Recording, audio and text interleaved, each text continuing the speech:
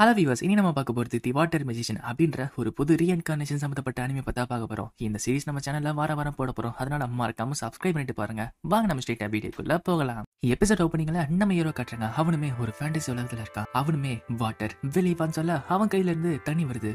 இப்ப அவன் எப்படி அந்த உலகத்துக்கு வந்தாங்கிறத காட்டுறாங்க. அவனுமே ஆமா நான் எங்க இருக்கேன். அவன் முன்னாடி ஒரு வந்துட்டு கவலைப்படாத, இதோட நீ நினைக்கிற மாதிரி சொர்க்கம் கிடையாது. நீ மியார் அறியோ தானே.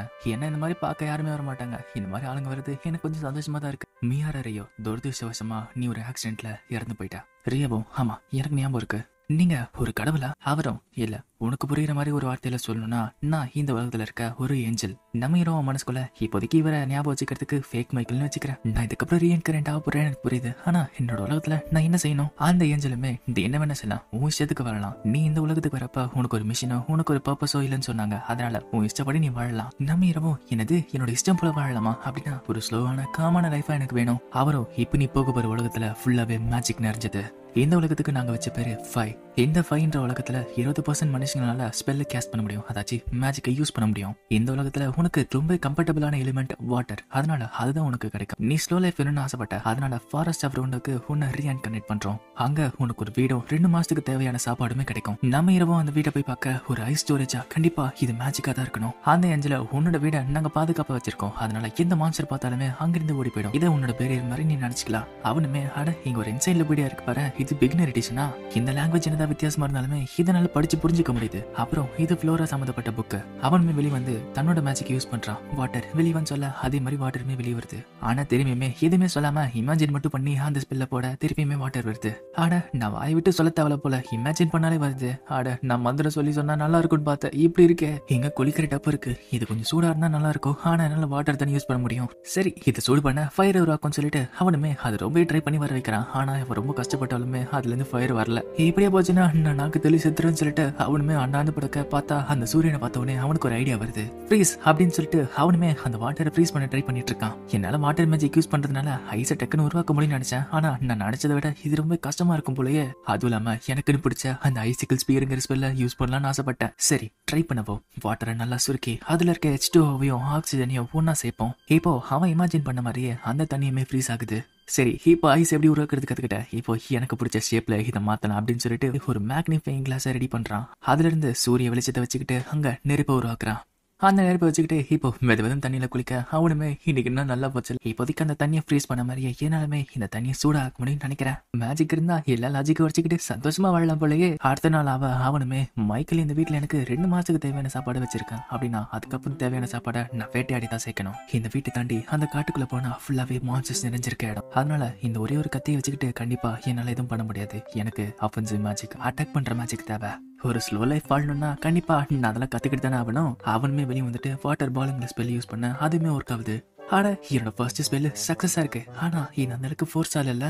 சரி இருந்தாலுமே என்கிட்ட ஒரு ஐடியா இருக்கு. வாட்டர் பாலால அதை டேமேஜ் பண்ண முடியலன்னா நம்ம வாட்டர் ஜெட்டை யூஸ் பண்ணுவோமே. தண்ணி வெளியே வருது ஒரு அருவிலிருந்து வர மாதிரி இன்னும் ஸ்பீட் ஆக்குவோம், இன்னும் சின்னதாக்குவோம் சொல்லிட்டு அவனுமே யூஸ் பண்றான். ஆனா அது 2 அடி தூரத்துல தான் போது, ஸ்பீடாகவும் போல. ஏன்னா இப்படி ஆகி போச்சு. இப்போ ஒரு பிளாஷ்பேக் காட்டுறாங்க. அந்த உலகத்துக்கு நான் அனுப்புறீங்க. சரி எப்படி என்னால மேஜிக் யூஸ் பண்ண முடியும்னு கேட்க அந்த ஏஞ்சலுமே அந்த உலகத்துல இமேஜினேஷன் வச்சுதான் எல்லா மேஜிக்குமே யூஸ் பண்ண முடியும். உனக்கு தேவைப்படுற மேஜிக்க உனக்கு தேவைப்படுற விதத்துல நீ நல்லா கரெக்டா இமேஜின் பண்ணனா கண்டிப்பா அது நடக்கும். இப்போ அவன் நினைச்ச மாதிரி எப்படி தண்ணியை ஃப்ரீஸ் பண்ணானோ அதே மாதிரி தண்ணியை சூடாக்கி ஹாட் வாட்டர்ல திருப்பியுமே குளிக்கிறான். அடுத்த நாள் ஐஸை காத்துல இருந்து உருவாக்க ட்ரை பண்றான். இது ரொம்ப ஸ்லோவா தான் இருக்கு, இருந்தாலுமே பரவாயில்ல. நமக்கு ஒர்க்கான போதும். இதை வச்சுக்கிட்டு எனக்கு பிடிச்ச ஸ்பெல் ஐசிக்கல் டான்ஸை உருவாக்க முடியும்ல. சரி பறந்து போ அப்படின்னு சொல்ல அந்த ஐஸுமே டக்குன்னு கீழே விழுந்துடுது. அப்போ நான் பார்த்த அனிமல்லாம் டக்குன்னு பறந்து போவோம். அப்போ நிஜமான இந்த மாதிரி போவாதா? இந்த நிலைமையில இருந்தா கண்டிப்பா என்னால காம்பேட்ல யூஸ் பண்ண முடியாது. சரி நம்ம பிராக்டிஸ் பண்ணுவோமே. பிராக்டிஸ் தான் நல்லா இருக்கும்ல. இப்படி அவனை ட்ரை பண்ணிட்டே இருக்க அவன் நல்லாவே பெட்டர் ஆயிடுறான். ஆனா அவன் கிட்ட இருக்க மொத்த மேஜிக்குமே காலி ஆயிடுது. இதுதான் மானா டிப்ளேஷன் சொல்லுவானுங்க போல, மொத்தமானவன் இழுத்துருச்சே. இப்ப இதே மாதிரி நாட்கள் போக போக அவனுமே நல்லாவே பெட்டர் ஆயிட்டான். இப்ப அவனால டைம் எடுக்காம டக்குன்னு ஐசிக்கல் டான்ஸை உருவாக்க முடியுது. இப்போதைக்கு என்னால டக்குன்னு உருவாக்க முடியுது, இதுவே போதும். ஆனா இதை வச்சுட்டு தாக்க முடியுமா தெரியல. சரி நம்மளோட அட்வென்ச்சர் டைம் ஆரம்பிக்கலாம்னு சொல்லிட்டு அவனுமே அந்த ஃபாரஸ்ட்குள்ள போறான். அவன் கிட்ட இருக்க கத்திய ஒரு குச்சில ஐஸை வச்சுக்கிட்டு ஒட்ட வச்சுக்கிட்டு அவனுமே கிளம்புறான். போன இடத்துல குவாட்சுங்கிற கல்ல கண்டுபிடிக்கிறான். இப்போ சூரியன் மறைஞ்ச அப்புறமே என்னால நெருப்பு உருவாக்க முடியும். இது ரொம்ப ஈஸியா இருக்குல்ல. எனக்கு இப்போதைக்கு மெடிசனல் நெருப்பு கிடைச்சா போதும், நான் வீட்டுக்கு ஓடி போயிடுவேன் அப்படின்னு சொல்ல அவனுக்கு முன்னாடி ஒரு காட்டு பண்ணி நிக்குது. அதுவுமே இவனை பார்த்து ஓடி வர இவனால் நகரவே முடியல. அது கிட்ட வரும்போது அவனோட பழைய வாழ்க்கை ஆக்சிடென்ட் தான் ஞாபகம் வருது. அவனுக்கு கடைசி நேரத்துல எப்படியோ அதுல இருந்து தப்பிச்சிட்டான். ஆனாலுமே அந்த லெசர் பேர் திருப்பி அடிக்க வருது. இதை பார்த்து நம்ம ஹீரோவுமே என்னால டக்குன்னு நகர முடியல. இருந்தாலுமே இந்த உலகத்துல என்கிட்ட மேஜிக் இருக்கு. ஐஸ் பேன் சொல்ல ஐஸ்ல ஒரு பாதை வேற. அந்த பண்ணியுமே அதுல இருந்து சறுக்கிட்டு வந்துட்டு இருக்க. அவனுமே ஐஸுக்கு லான்ஸ் யூஸ் பண்ண அந்த ஐஸுக்கு லான்ஸ்ல அந்த போருமே குத்தி இறந்து போகுது. ஆட எப்படியும் நான் ஜெயிச்சிட்டேன். லெசர் பேர்ஸ் இந்த புக்ல இருக்கிறதுல வீக்கஸ்ட் சொல்லிருக்காங்க. ஆனா அந்த அளவுக்கு வீக்கஸ்டா தெரியலையாடா எனக்கு. இந்த மான்ஸ்டர் புக்கு ஒரு பிகினர் எடிஷன் தான்.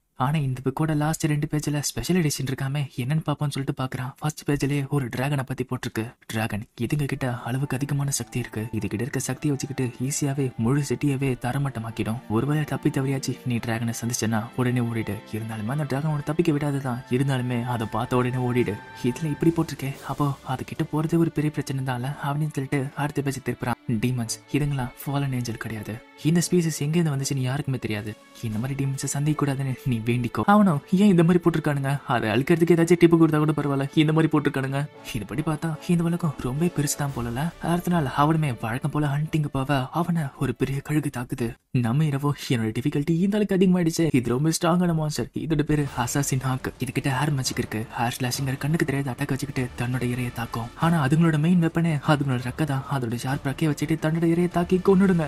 இப்படியே போச்சுன்னா இதுகிட்ட என்னால தப்பிக்க முடியாது. சரி நான் தாக்குறேன்னு சொல்லிட்டு அவனுமே தன்னோட மேஜிக் யூஸ் பண்ணி தாக்குறான். ஆனா அது எதுவுமே அது மேல பட மாட்டேங்குது. அந்த அசாசின் ஹாக்குமே இவனை தாக்க வர இவனுமே ஒரு பெரிய ஐஸ் போல்டரை வச்சுக்கிட்டு அதை தடுத்துடுறான். அதுல அதோட கண்ணு பறி போகுது. இதை பார்த்து கோவம் கொண்டு அந்த அசாசின் ஹாக்குமே அங்கிருந்து கிளம்பி போயிடுது. இதை பார்த்து நம்ம இரவும் ஆட நான் நினைச்சதை விட ஸ்லோ லைஃப் ரொம்ப கஷ்டமா இருக்குதுப்பா. அந்த அசாசின் ஹாக் கூட சண்டை போட்ட அப்புறம் என் வீடு எங்க இருக்குங்கிறது எனக்கு தெரியாம போயிடுச்சு. எந்த தசனே தெரியாம சுத்திக்கிட்டு இருக்கேன். இந்த இடத்துல வெளிச்சமா இருக்கு அதனால இங்கதான் இருக்குன்னு சொல்லிட்டு அவனுமே அங்க போவ. அங்க பார்த்தா தலையில்லாத ஒரு நைட்டும் ஒரு குதிரையும் இருக்கிறத பாக்குறான்.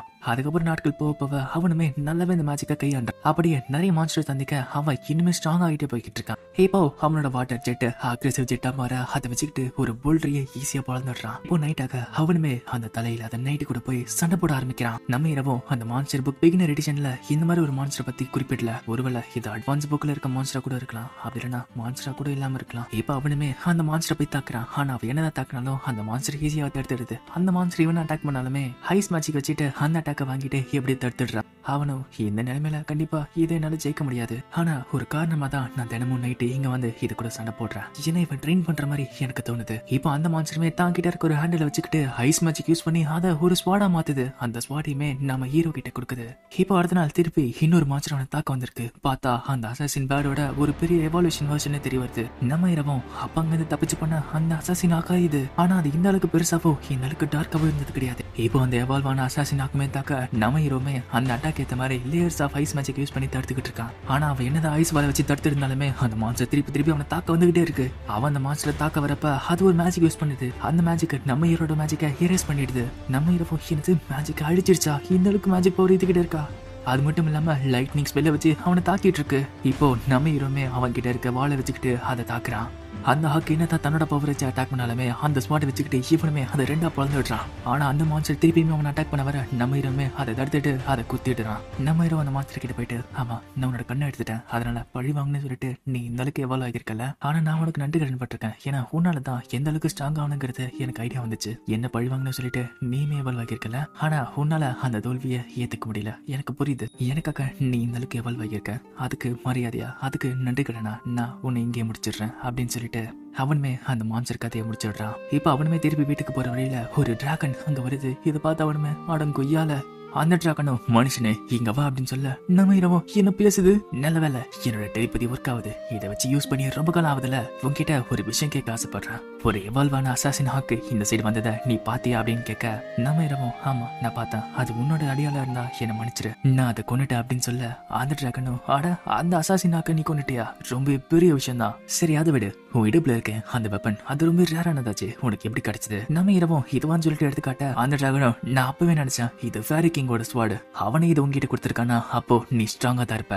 நம்ம இரவும் அப்படின்னு சொல்ல முடியாது. ஆனா உன்கிட்ட ஒரு சில விஷயங்களை பத்தி நான் கேட்கணும் அப்படின்னு சொல்ல அவனுமே அந்த உலகத்தை பத்தி எல்லாத்தையுமே கேட்டு தெரிஞ்சுக்கிறான். அப்படியே டைம் ஆகி சாயங்காலம் அவ அந்த டிராகனும் அட என்ன எல்லாரும் கூப்பிடுறாங்க நான் கிளம்புறேன். நம்ம இரவும் எனக்கு இவ்வளவு விஷயம் சொன்னதுக்கு ரொம்ப நன்றி. ஆமா உன்னோட பேர் என்ன? என்னோட பேரு ரியோ. அந்த டிராகனும் ரியோவா? என்னோட பேரு லேவின். உன்னை பார்த்ததுல ரொம்ப சந்தோஷம், நம்ம திரும்பியுமே சந்திப்போம் அப்படின்னு சொல்லிட்டு அதுவுமே அங்கிருந்து கிளம்புது. நம்ம இரவும் அட அதை பார்த்த உடனே நான் நடுங்கி போயிட்டேன்ப்பா. ஆனா ஒரு டிராகன் கிட்ட நான் பேசுவேன் நினைச்சு கூட பார்த்ததில்ல. ஒரு இசைக்க உலகத்துல என்ன வேணா நடக்கலாம்ல. இப்போ இந்த விஷயத்த எல்லாத்தையுமே அந்த ஏஞ்சல் அங்க இருந்து பாத்துட்டு இருக்கான். ஆனா இந்த விஷயத்த நான் எப்படி மிஸ் பண்ணேன்? ரியோ கிட்ட இந்த மாதிரி ஒரு சக்தி இருக்கா? ஆனா அவங்கிட்ட எப்படி இந்த மாதிரி ஒரு சக்தி இருக்கலாம்? நான் முதல் முறையா இன்னொரு உலகத்துல வந்த பொண்ணை இங்க அனுப்புறப்ப அந்த பொண்ணுக்கு இதே மாதிரி ஒரு சக்தி இருந்துச்சு. ஆனா அது நடந்து 10,000 வருஷம் ஆச்சு. அதுக்கப்புறம் யார்கிட்டயும் இந்த மாதிரி ஒரு சக்தி இருந்து நான் பார்த்தது இல்ல. அந்த மாதிரி ஒரு ஹிடன் பவர் ரியோ கிட்ட இருக்கு. அதுதான் எட்டர்னல் யூத். ரியோக்கு வயசே ஆகாது. இப்ப எபிசோட் எண்டிங்ல அந்த பீச்ல ஒரு கப்பல் உடஞ்சு போய் இருக்கிறத பாக்குறாங்க. அதுல இருந்து ஒரு மனுஷனுமே வரான். இதோட இந்த எபிசோட் முடியுது. இந்த வீடியோ உங்களுக்கு பிடிச்சிருந்துச்சுன்னா மறக்காம லைக் பண்ணுங்க, ஷேர் பண்ணுங்க. நம்ம சேனலுக்கு புதுசா வந்திருந்தா சேனலை மறக்காம சப்ஸ்கிரைப் பண்ணிட்டு பாருங்க. நான் உங்களை அடுத்த வீடியோல சந்திக்கிறேன். Until then, bye bye.